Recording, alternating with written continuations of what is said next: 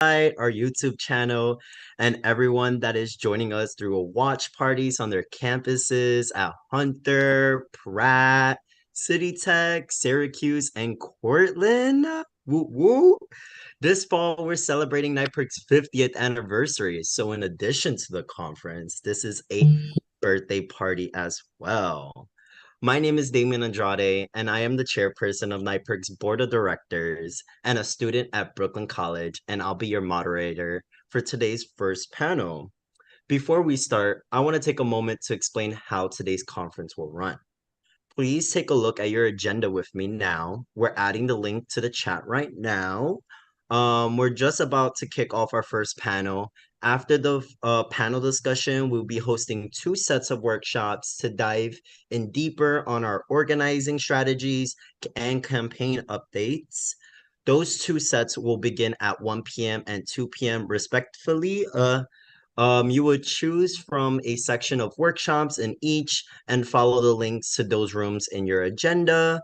If for any reason you have any trouble throughout the day, feel free to log back into this main room, the one that we're currently in, and someone will assist you. Lastly, on a note on event security, you probably noticed that everyone is on mute. If you have any questions, please add them to the chat box and we'll be answering them from there. If there is a serious disruption that we cannot address, we will be bringing the event to a hard stop. So back to the business of the day. Our first panel discussion centers around the youth role, our role, in fighting the climate crisis. We know that the threats facing our planet are vast, from the Buffalo blizzard to orange smoke filled skies to flooded homes and subway stations. It is clear that extreme weather events are escalating. New York State has a lot of work to do to combat the climate crisis and protect our safety, our health, and our communities. We also know that generational climate justice must be front and center. The people who have contributed to the least to climate change will have to deal with the most severe impacts and the ballooning cost of this crisis. To be clear, I am talking about today's students and youth, the global south, and low-income frontline communities. That is why it is important that students are leading the charge to hold polluters accountable and pass laws to protect our environment and our health and improve our infrastructure. Today, we'll be hearing from two leaders in the environmental movement. Hi, Ariana and Jackie. While they work for different organizations, one thing that ties their work together is that the student organizing has been a big part of their stories. Let's get to know our panelists a little bit more and then jump right into our discussion. Ariana Sylvia is a Hunter College student and a campaign organizer at Hunter for Triage, a youth-led organized climate activist organization currently studying sociology and public policy. She is also the vice chair for NYPIRG. Next, we have Jackie Cohen, is the director of the Climate and Equity Policy at Tri-State Transportation Campaign, working on the intersection of transportation and the climate justice. Now we will begin with our questions. All panelists will have an opportunity to answer each question. We start out with you, Ari, for question one, and then alternate who answers the first for the following questions. The order for this one will be Ari and Jackie. So question one, what environmental campaign is a priority for your organization right now? And tell us a little bit about it. Well, thank you so much for having me. I'm really excited to speak about this. Because Triage actually works with both high school and college students. And so because we work with primarily students, right, our main campaign or our main focus is on like what students need and where do students spend a lot of their time at schools, right? So one of our biggest campaigns right now is Green Healthy Schools. So what this basically entails is So in 2022, Mayor Eric Adams had promised $4 billion for to remodel and upgrade schools so they're more energy efficient and stuff like that. But ever since, he promised that money, we have not seen those upgrades, those changes in schools and school buildings. Many of them are very old, and therefore they're like very they are not very healthy in a way. They do give out a lot of like carbon, emissions and stuff like that. And because New York City, does want to cut reduce emissions by 85% by 2050, then schools like are very important. And so what we're working on is like organizing students to basically, we're not even asking for more money per se. We just want the money that has been promised for this to actually be like start getting used. And so that schools can be upgraded and everything so they can be more efficient energy wise and other things. Yeah, that's like our main kind of thing right now. We also have like we're also coalition partners with like of course NYPIRG and New York Renew. So we have other kind of campaigns as well, like CJJP, local like working for like local law 97 and stuff like that. But I would say that Green Healthy Schools is definitely one of our biggest priorities right now. Thank you so much, Jackie. Well, thank you for having me, Damien. Thanks for the invite. Also, insane that I have not worked for NYPIRG for several years and somehow I'm still at conference. I don't know how that happened, but somehow I'm here. No, I'm very excited to be here to talk to you. So thank you again. So I work for an organization called Tri-State Transportation Campaign. You can guess our focus is on transportation in the tri-state area. Big surprise. So we're focused on sort of the intersection of transportation and climate policy in New York, New Jersey, and Connecticut. So a lot of what I'm working on is decarbonizing the transportation sector and advancing policies that do that.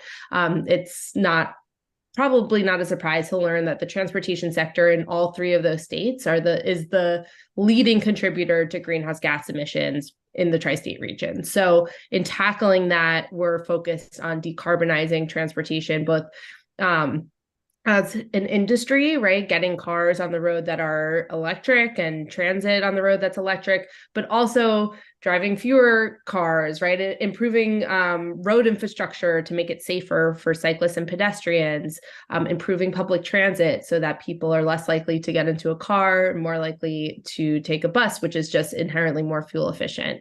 Decarbonizing the way that Amazon, for example, does deliveries and transitioning from, trucks that are on the road now, which we've seen a lot more of since the pandemic, to other modes of transportation that are better for the environment. So anywhere where transportation emissions come into question, that's usually the kind of policies I'm looking at. Okay, thank you so much.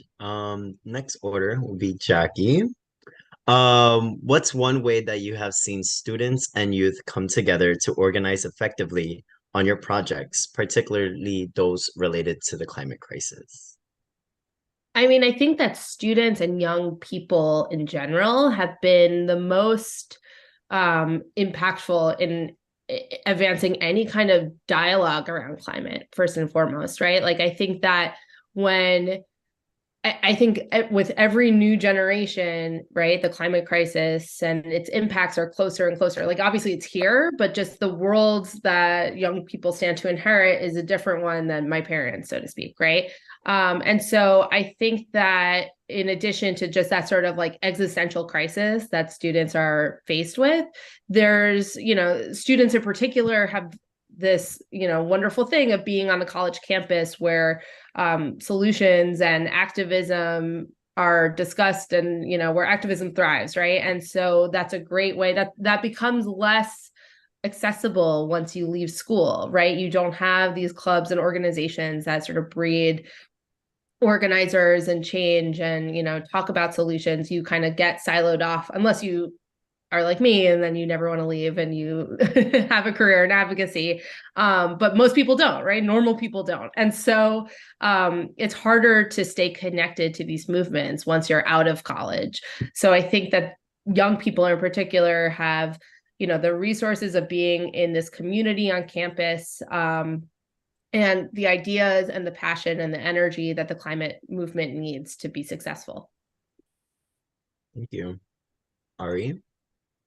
Yeah, I would agree. I think that among students, there's a sense of kind of urgency, in terms of the climate. A lot of them now are facing a lot of like health factors and stuff like that that really negatively impact their community. And adding on to what Jackie was talking about, like the community building bonding that students are able to have with each other really helps them organize for the things that they find interest in. And at least from what I've seen, sometimes it starts like with a very small thing, like one thing that we ask like students is like what they envision New York City being if it was like a green, healthy space. And many people talk about wanting more public parks, wanting more like having more green spaces in their communities, like taking out certain parking lots to have these green spaces and stuff like that. And some people are like, oh, I just really like to have plants, or I really like I'm interested in farming or like, gardening and stuff like that. So it like starts off with like kind of small kind of interests that people kind of have like that. And then, as students start talking to each other, they're like, actually, like, I really like that too. We should do something about this, and that's how, we come in and we're like, actually, we can do something about this. So that's kind of like how I see it. And I think it's like there's something really like beautiful and just like inspiring about like the community bonding that is within organizing, especially within students, because it just makes it so much better, so much more fun. And it also like helps like students kind of rely on each other so they don't feel too overworked, because a lot of students, there are students who feel the urgency, but there's also students who feel like doomed, completely like doomed, like, oh, what's the point? Or like, oh my gosh, we're just all gonna suffer, like what's the point? And so it's like, being in community allows them to kind of feel more inspired and more hopeful about what they can do, and like the power that they actually have to create change and be changed. Perfect. Thank you. Next set of line of questions. We'll start with Ari. General, general knowledge about the climate crisis, and that it's being fueled by human corporate activity is an all-time high right now. In your view, what resonates mostly strongly with students when discussing the climate crisis? I think like a lot of different things resonate with students. And I think sometimes it's more specific to the area that they're in. I know one of my coworkers who's a student in Queens talks about how like there's like a lack of access to in like his area to like more like local public transportation. So like sometimes he has to drive, or like his father has to drive him around, which like is costly for them. And then he also recognizes that it's costly for the environment as well. And then in other parts like of like Queens and Brooklyn, like, there are more prominent like health factors that are important to students. Our co-director, actually, like one of the biggest reasons why, he's a big climate activist is because he got asthma due to like the pollution where he was born and where he was raised and stuff like that. And many students connect and relate to him because of that. Another thing really is like just like like the green space available, right, to students and stuff like that. On campus, right, there's always a struggle to find like a space to do homework. There's always a struggle to find a space to like just kind of chill or relax where like you can be comfortable. And I've often heard from other students how they wish that there were like more maybe like indoor green spaces on campus, right? or more like opportunities to have quote unquote fresh air because of the air outside. Like right now we have construction right outside of Hunter too. So like people are coughing everywhere and stuff like that. So yeah. Thank you. Jackie? Yeah, I think in general, not just students, but people in general that aren't particularly tapped in, I think resonate with hearing about, how will their lives be impacted, right? Like climate change can feel like this lofty sort of idea, but when you start talking about what it means for them or things that they're already living through, like damage from storms or public health impacts or, all the things that Ari talked about, right? Like those are real life examples of how the climate crisis is going to impact you as a person in your day-to-day life, right? And so I think that in general, being able to break down and localize the impacts, like in New York City, the impacts of climate change are going to look different than in other parts of the country, right? So how can we talk about that and bring it, talk about the subway flooding, right? Like that's a big thing that I talk to folks about, like what happens when we have more of these storms and the subway fills up with water, and the MTA is working to fortify its resiliency efforts, but that impacts your ability to get to work every day, right? It's like these day-to-day sort of mundane things that will be impacted, and I think people really resonate with that. Thank you. On to the next question. The order will be Jackie. What is a challenge to organizing young people on an issue-based campaigns, and how do you contend with that challenge? Oh my God. I'm so old now. It's like, it's been a minute. I mean, I think, people are busy and they have a lot going on, and I think more than ever, like I was a project coordinator at Queens College over a decade ago. And I think that students then had a lot going on. And I think it pales in comparison to what students and young people are dealing with now. Like you have people that like were in high school during the pandemic and had to do like online college and high school classes, and like the horrors are more real than they've ever been. And so I think that is, I would assume, a big challenge for organizers now is like, how do you get people to feel any kind of like, it can feel really overwhelming, and like there's just too much suffering and horrific news out there. But I think what is comforting to me, like I've always felt that when I'm in an organizing space that I have at least some control over some small aspect and work toward making things, a bit better, right? So it feels like if there's all this scary stuff out there that we have to live with, that at least I can do some small part in making it better. Yeah, Ari. No worries. Yeah, like I didn't even think about, like I kind of like forgot about that. Sometimes like, you have so much time. I mean, you have so much on your plate that you forget about time, because you're trying to fit everything. I definitely agree with that. I think another thing too is sometimes students feel discouraged when they think that they don't know enough about like what's going on, or they don't know enough facts, and things like that. Like some students I are like, oh, I don't know how to organize, so I really don't know how like I can contribute. Or like some students don't think that they have the skills necessary to organize because they've never organized before. So it could be very discouraging, and that, definitely stops them from like, participating in organizing, from participating in the campaign. Sometimes they just like kind of sit back, they're just like listening, but they are not necessarily as active.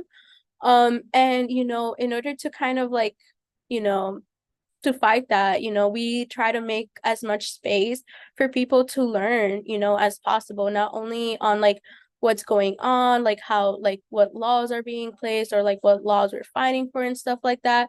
We also have like meetings, or like we organize events solely focused on teaching students how to organize, and how we go through this whole process. Last month we actually had our triage student organizing boot camp, where we got some politicians as guests and stuff like that to talk about, how they support bills, how they've organized, how they've helped organize. And also, we had our main like student organizers like teach students how they do things. And we broke it down for them in such a way that like we made it into a worksheet too, so students can kind of like get an idea of like how to start locally, maybe at their schools, and how that builds up to like higher or like bigger things, like at like city level, then state level, and like, so on, if they choose to do that. Because we don't stop just at New York City, but yeah. And so yeah, I would say definitely that. Um, I also personally like whenever somebody doesn't know something, because I've also been in that, where I'm like, guys, what is this? Like, definitely in the beginning, there are some things that I was really confused about. And so because of that, my own personal experience, whenever somebody, looks very confused, I just kind of like take them to the side and I'm like, I explained or break down what they're confused about and stuff like that. And we also set up one-on-ones with people, so that if they have any questions, any concerns, or any ideas, we help them develop those, and teach them and stuff like that. Perfect. Thank you. I would definitely like to echo both of you guys. I feel like the challenging part is trying to get students, even though it's like some of our schools are kind of like forgot what's a certain word. It's one of those fast-paced schools, kind of like you go to class and then dip, and then you kind of have to go to work. But I definitely feel like the way like NYPIRG specifically kind of like does like help students. Like I'm not gonna lie, I was in the same boat with you, Ari. Like kind of like my like if I didn't know a lot of some stuff, I'm like, oh, what is this? Like how is it like very important to me? And I feel like as soon as I get that enough like resources, like go to those info sessions and be like, why like if I know it doesn't affect me, why should I like kind of like contribute or help out? But after sitting in these info sessions, I feel like wow, like there's so much stuff that if just one person just sits down on these info sessions, like you get a lot. And then once something that you're like, oh, it's not gonna affect me, at the end of the day, it does. And I feel like that's what's great about NYPIRG as well, because we really host those sessions as well, trying to get students knowledgeable on bills and how it contributes to us as students, our college campuses, and our health, because climate affects everyone at the end of the day, especially our health. So I feel One thing like, I want to add to yeah. that too is that I think not, I got started with student activism when I was in college. We had a chapter, a NYPIRG chapter at SUNY Albany, where I went to school and I was involved there, and I was involved in student government. And not a day goes by in my work where I'm not interacting with somebody that also was either in student government with me or part of a NYPIRG chapter that I met either as a student or throughout my career in NYPIRG. So I think it's important that like this is the training ground as students, or if you're interested in policy and advocacy or government or any kind of public service, like many people that are here are going to continue on. And you will, I feel like sometimes I have a leg up when I go to Albany to lobby because I know half the people there because we all went to college together or met in college, which is really nice.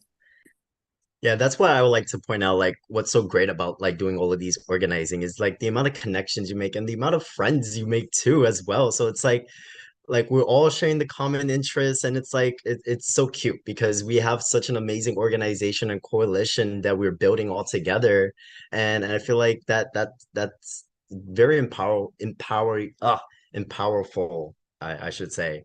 It kind of really shows us that we are the moment, we have the voices, and we really could do anything together if we really put our mind and our efforts into it, etc. Yeah, perfect. Next order. First it will be, I think, Jack, no, Ari. Um, we, yeah. We all know that the fossil fuel industry is not willing to be accountable for their role in the climate crisis. They have waged disinformation campaigns and have lobbied to slow down the action for decades.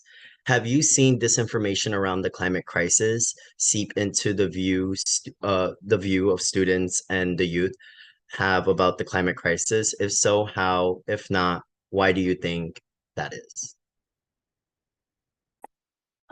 Yeah, I think definitely sometimes. Sorry.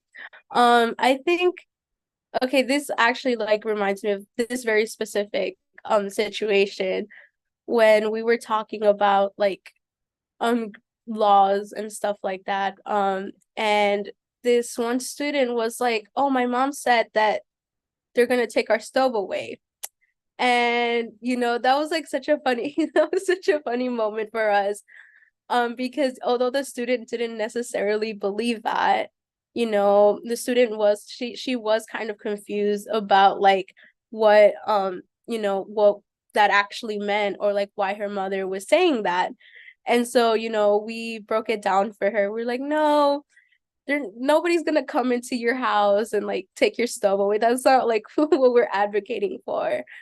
And stuff like that. So I think that a lot of times the misinformation like for students kind of comes from like what their parents misunderstanding, and like kind of like what they obtain from like big companies trying to scare them off and stuff.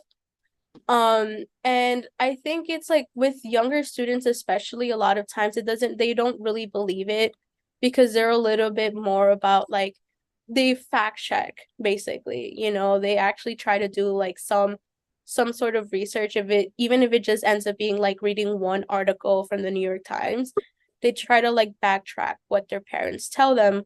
Whereas like, their parents just kind of take like the news for news and stuff like that. So they tend to like kind of believe more of the misinformation. So we try to like after, stuff like that happens, we try to equip them with the resources so that they themselves learn more, and then they can also communicate that back to their parents, so that because like parents talk to other parents, so that that misinformation kind of stops, right? Um yeah. Thank you, Jackie. Yeah, I feel like talking to your parents about political issues can be hard. I didn't do that until I was in college, right? It was like the first time that I was sort of like, actually, you're wrong about a lot of things. And now I know more than you. And I can, but I think that there's a way to, if you have that kind of relationship with your parents or, the elders that live with you, to engage with them and get them to see a different way, because that certainly happened for me. Yeah, I think there's a lot of misinformation out there. I just encountered um a lot of we fought to get the electric school bus mandate that was passed in the legislature last year. So now school districts across the state have to transition to all electric zero emission school buses by 2035. So there's a few years out before they have to be fully electric, but understandably, the fossil fuel industry doesn't like this mandate at all. And so we hear a lot of the same talking points about, oh, well, they're not going to be able to operate in the cold, or they're not, what about longer trips, or all of these things that are like, there's some, concerns that people have that are very legitimate. And then there's a lot that the fossil fuel industry puts out that people latch onto to like stoke those fears. So a lot of the work that we're doing now is educating community members. It's, we passed this mandate. Understandably, the fossil fuel industry is like putting out information to try to undermine it. And so our job is to connect with communities, to empower them to make the decisions that, are going to be healthiest and best for their communities, and that can dispel a lot of these mistruths.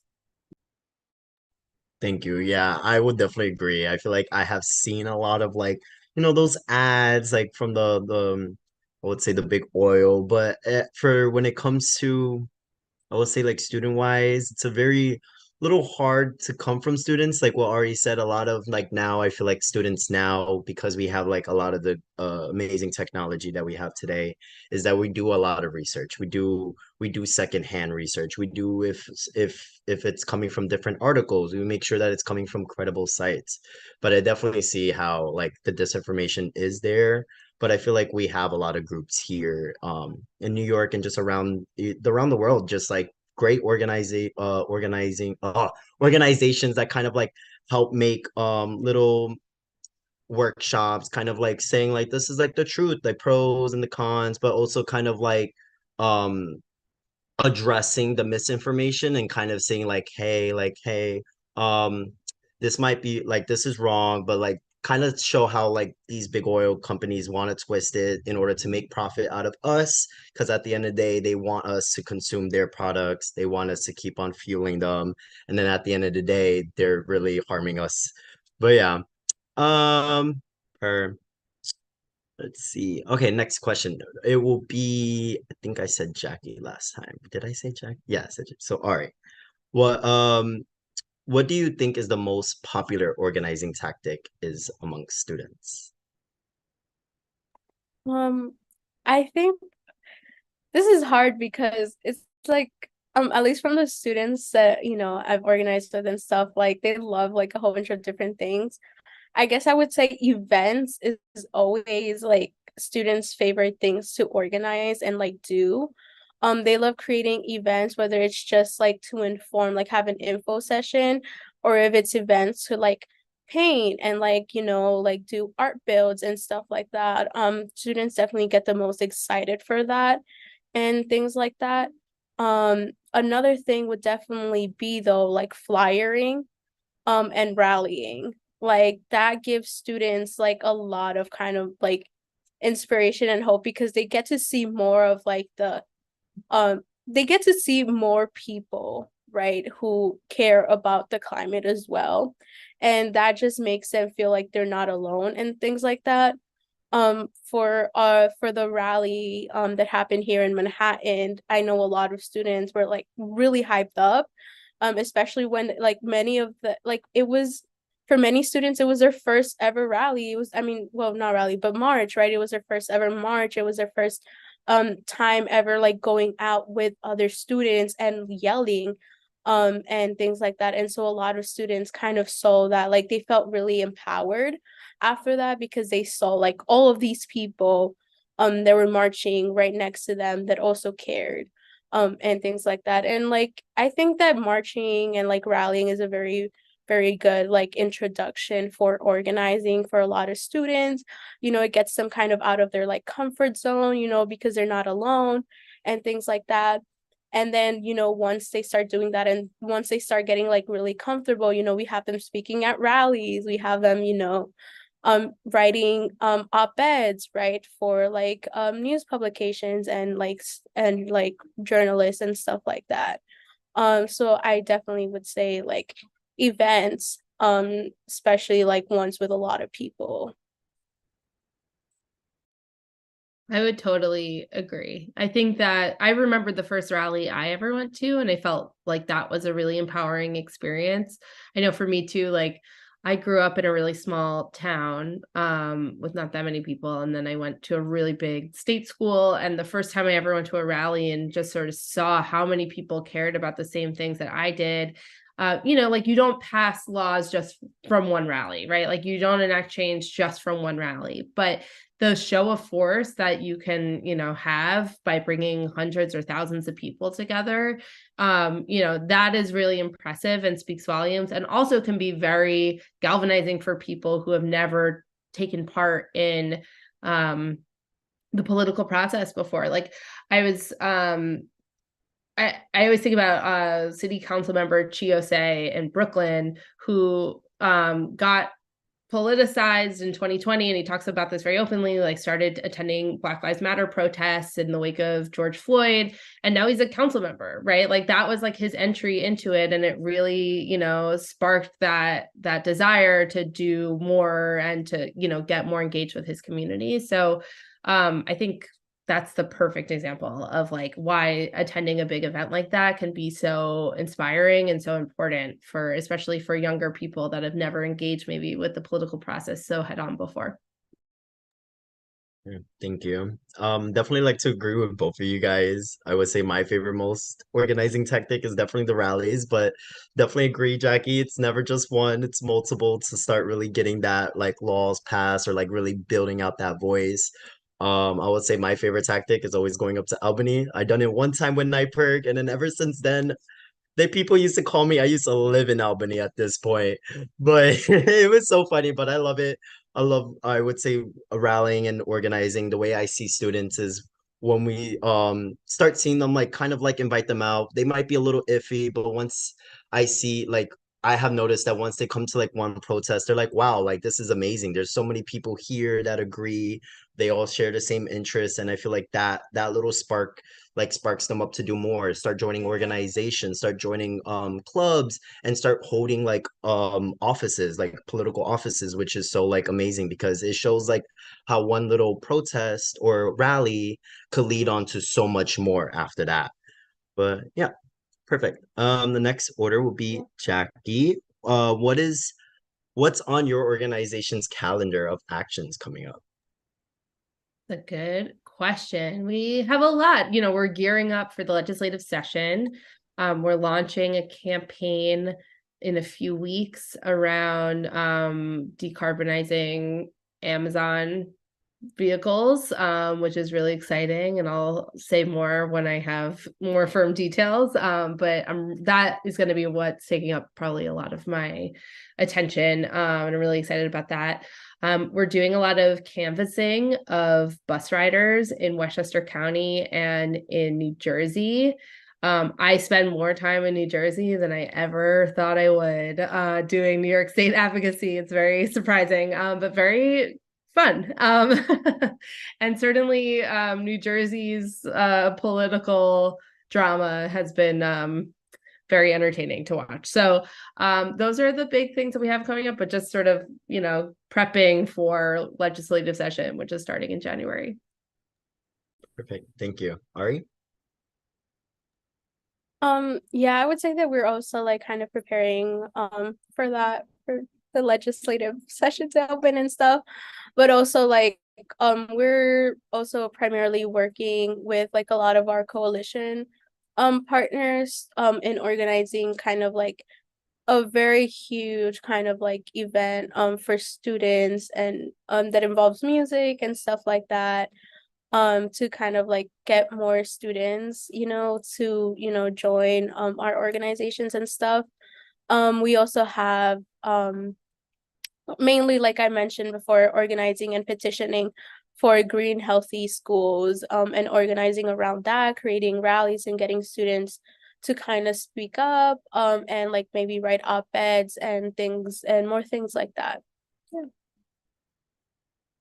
Perfect. And then I guess this is just a real quick question to Jackie with the Amazon trucking. Does that require just Amazon trucking, or you're focusing really on the pollution for all trucking or just Amazon Well, strictly? ideally all trucking, but that's a Mm, more complicated issue. But and I say Amazon, but what I mean is last mile delivery centers of a certain size. So those kind of like, you know, Amazon is like the main problem, but even companies like Fresh Direct or, you know, companies that are making deliveries from their warehouse directly to consumer, we've seen a lot more of those cars and trucks on the road since the pandemic and people started buying more online. And we have no idea how bad those emissions are, right? Because no one is really monitoring them. And so we're working on legislation that would require the state to monitor those emissions and force those warehouses to, you know, make things better.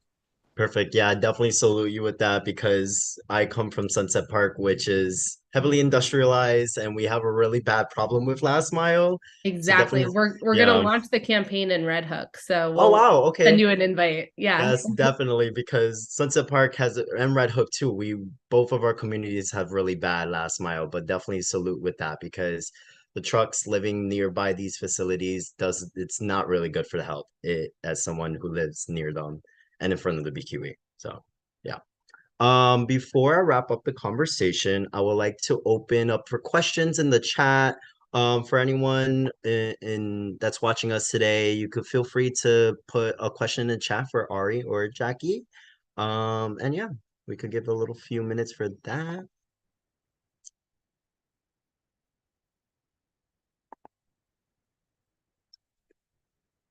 Oh, perfect. One question is, how do we get in touch with both of our guests?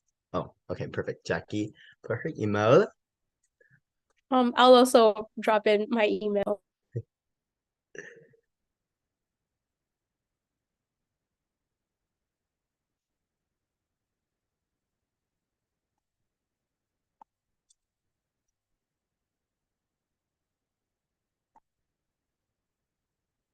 Perfect. Anyone else that would like to give a quick question? I know typing is so much typing, but we could give like a little bit of a minute before I like to move on.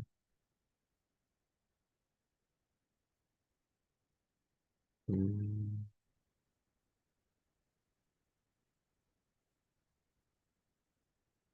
Seeing no additional questions, or if there is a question later, I feel like we could address that in the chat.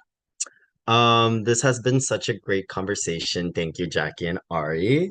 It wouldn't be a NYPIRG Student Empowerment Conference without ending some ways to get involved. We have three events coming up. The first event is November 29th at 1 p.m. at City Hall. We'll be hosting a news conference to highlight the cost of the climate crisis in New York City and calling for the passage of the Climate Change Superfund Act. Sign up at the link that's going into the chat now. After that, number two would be the next day on November 30th. We will gather at City Hall in Manhattan at noon and in Albany for a rally and press conference to urge Governor Hochul to put the New York Heat Act in the 2024 state budget. You can also sign up for this rally at the link going into the chat now. And lastly, if you're a part of a student club or youth-focused organization, please sign your club onto a group letter that we're circulating to support the Climate Change Superfund Act. Here is the link to the letter, also going into the chat now. We're delivering this letter to the governor in December to urge her to include the Superfund Act in the state budget. Perfect. And that should just check out the chat. The first two links just posted. The third one is getting posted now.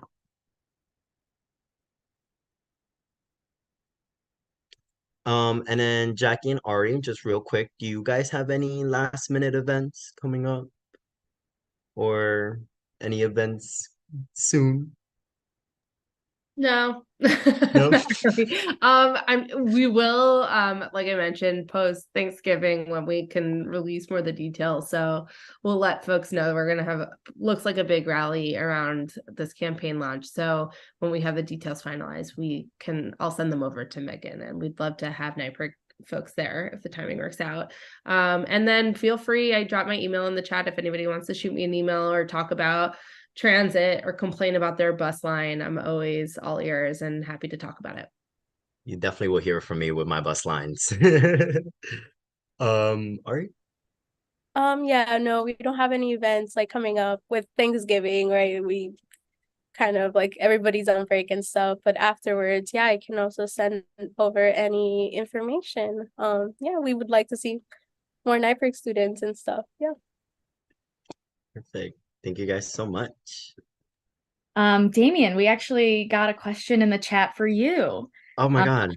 Ralph Yes. asking how many years you've been doing this. So maybe tell us real quick before we wrap up how you got started with NYPIRG. Yeah, okay, perfect. Oh my God, my starting with NYPIRG. Okay, so it was back how many years? Probably like almost 2 years now, almost 2 years. It was back when I was at BMCC, I was a student. I got involved with NYPIRG through its public health campaign. It was tabling, it was Jana, one of our amazing PCs at BMCC. And she was like, hey, do you want to make New York become have universal healthcare. And I was like, sign me up. After that, I joined a few chapter meetings and then the semester closed. And then I signed up to be board member for the following year, got in, started doing amazing work. And then ever since I joined NYPIRG, I switched. I was first I had an undeclared health, and then I had liberal arts as my major, and then finally when I got with NYPIRG, I switched my liberal arts to um political science, and then I started getting really engaged with my community. I started showing up to community events. I got an internship with my local elected officials over the summers, and I got appointed to my community board, and I go to so many other organizations as well. So I feel like my work, I feel like I have done so much more, and I feel like I'm just loving the amount of work that I'm doing right now. And it's crazy because how one little start, like me getting connected with NYPIRG over universal healthcare, I have so many different positions now. I'm now the chairperson here of this amazing, great organization. I'm connected with my community. I help out my local elected officials. And yeah, I go to protest rallies, anything to support my communities. And yeah, and I feel like all of this has really changed a lot for me, and it's amazing. Like I enjoy this. This is like, I would consider this as a, not really a hobby, but as like my favorite. Like, you know how people say, what's your hobby? This is my hobby. My hobby is helping out my community, going to rallies, especially going to Albany. Albany is really my favorite, my favorite one. But other than that, yeah, that I've been there. It's cute. And that's how I got here to NYPIRG. And yeah. Perfect. Thank you. Yeah, after you graduate, you can move to Albany, David. You can do it full time. All right. That wraps up our discussion. Thank you so much to all of our panelists. Ariadna, thank you. Thank you, Jackie. And thank you, Damien, for having this great conversation. Next up, everyone, we have two sets of workshops over the course of the rest of today with great topics to choose from. We have an activist boot camp and campaign updates on our public health project, the inside scoop on city and state government, and updates on our higher education and hunger and homelessness project. So we're going to open up those breakout rooms here in just a moment. So I want to say again, thank you to everyone for joining us through the live stream. This marks the conclusion of today's live stream portion of the event. Thank you for watching the panel. For the workshop sets at 1 o'clock and 2 o'clock, please feel free to choose the room that you are most interested in joining and let us know what questions you may have in the chat. I'm going to open up the breakout rooms now, and you can select whichever room you'd like to join, or if you're having any trouble selecting which room you want to be in, you can drop it in the chat and we'll assign you to that room. We'll pop you right into wherever you'd like to go. So we have Organizing 101, which is going to go over cultivating power and building a movement, hosted by project coordinators Justin Yulo and Andrew Then. Then we have Be a Part of the Conversation, How to Write for the Media. That's going to be hosted by our project coordinator, Deborah Baxter, and environmental Hudson Valley Regional Coordinator, Eric Wood. And then we have What the Health, NYPIRG's public health campaigns. That is focused on all of the different public health campaigns that we're currently working on, hosted by James Accordino, our outreach supervisor, and Kyle Giller, staff attorney, Consumer Justice and Small Claims Court Action Center. And then, of course, we also have the View from Albany and City Hall, going over state and city government with Blair Horner, our executive director, and Natasha Elder, our regional director of equity and resiliency projects. If you are joining from a watch party, please make sure that you pop off and join on your phone or get together with a small group, and everyone wants to work on. If you want to go to the same workshop as somebody else, you can gather up there. But yeah, we have a lot of different really interesting conversations going on in these workshops. So please feel free to choose which one you'd like to be in.